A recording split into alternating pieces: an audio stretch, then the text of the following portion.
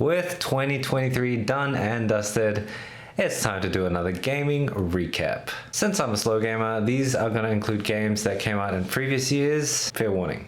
Let's get things started with the best demo I played, and this easily goes to Dave the Diver. Incredible demo. I can't wait to play the full game. You play as a diver called Dave. You go in the daytime to do some fishing, and the fishing mechanics are really fun, really simple but engaging. And then in the evening, you run a sushi restaurant. I have a quest to own every single sushi related game, so I've played Sushi Striker. So it's only natural that I need to play Dave the Diver next. There are some really interesting characters in the game, and come on, who doesn't love sushi? And tea. You get to serve tea as well. It's great.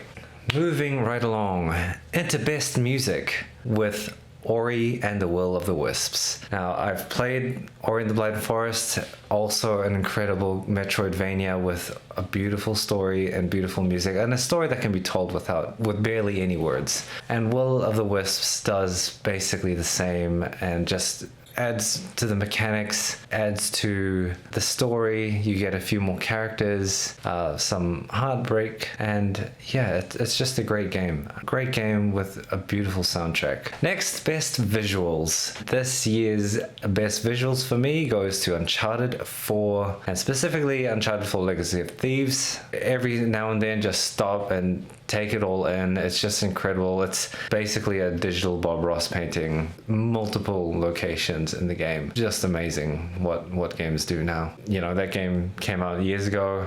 I'm super behind on the latest releases like God of War and Spider-Man. I'm sure they're going to blow me away as well when I play them in future years.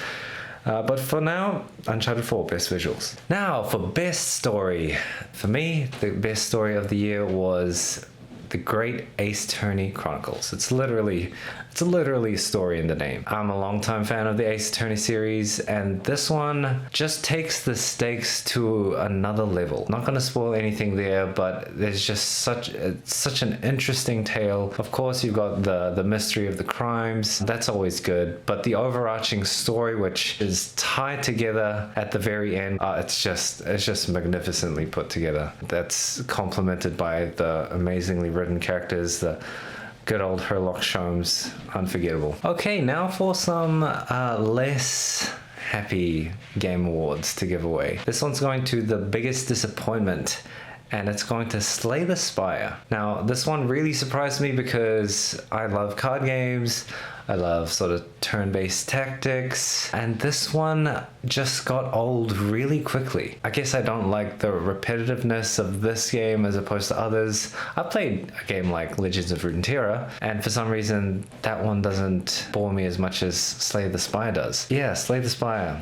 I was looking forward to really enjoying that one, but just didn't click with me. Most nostalgic game. I am a long-time fan of a very niche series of games called the Heroes of Might and Magic series. This game that I'm referring to that brings me the most nostalgia is called Songs of Conquest. You'd describe it as a 2D top-down tactical 4X sort of game. The main gameplay is you leading an army and heading into turn-based strategic battles. And I am just a sucker for that kind of gameplay, and this specifically is heavily inspired by the early games of the Heroes of Might and Magic series.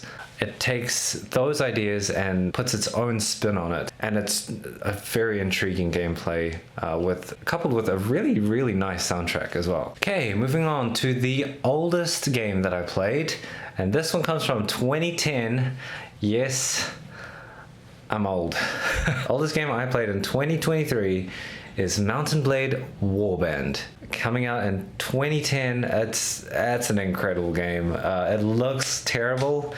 It looks like a knockoff Skyrim, although Skyrim only came out a few years later, so yeah, quite interesting. But this game, I love it. I'm gonna be playing this well into 2024. You basically get to raise and lead an army in a medieval Europe kind of setting, and you fight alongside an army, and there's no other game that quite gives you that feeling of triumph, of leading your small ragtag group of militia taking down a horde of bandits and then slowly raising the army into a bunch of elite soldiers. And yeah, there's no other game that quite does it. And finally, we got to give the best game of 2023 and also the funniest game. Gotta be The Legend of Zelda Tears of the Kingdom. There's nothing to say here that hasn't already been said, but I give it the funniest game because you just never get tired of launching Koroks with rockets. And of course it's the best game because I sunk over 180 hours into the game before I started feeling tired, and I wasn't quite sure why, but it was because I had spent 180 hours in the game already. So yeah, at that point I was ready to see the ending, and I did, and it's one of the best endings of any game that I've played. I'll be thinking about it for a long time to come. And yeah, that's my 2023 gaming recap. Thanks for watching. Bonus clip. The game I'm most excited to play in 2024 has got to be Baldur's Gate 3. I can't wait to get my hands on that one. The story, the music, just everything. Larian Studios. I've played Divinity Original Sin 2. That one I still need to finish, but it's been an incredible experience so far as well. Yeah, can't wait to play Baldur's Gate 3.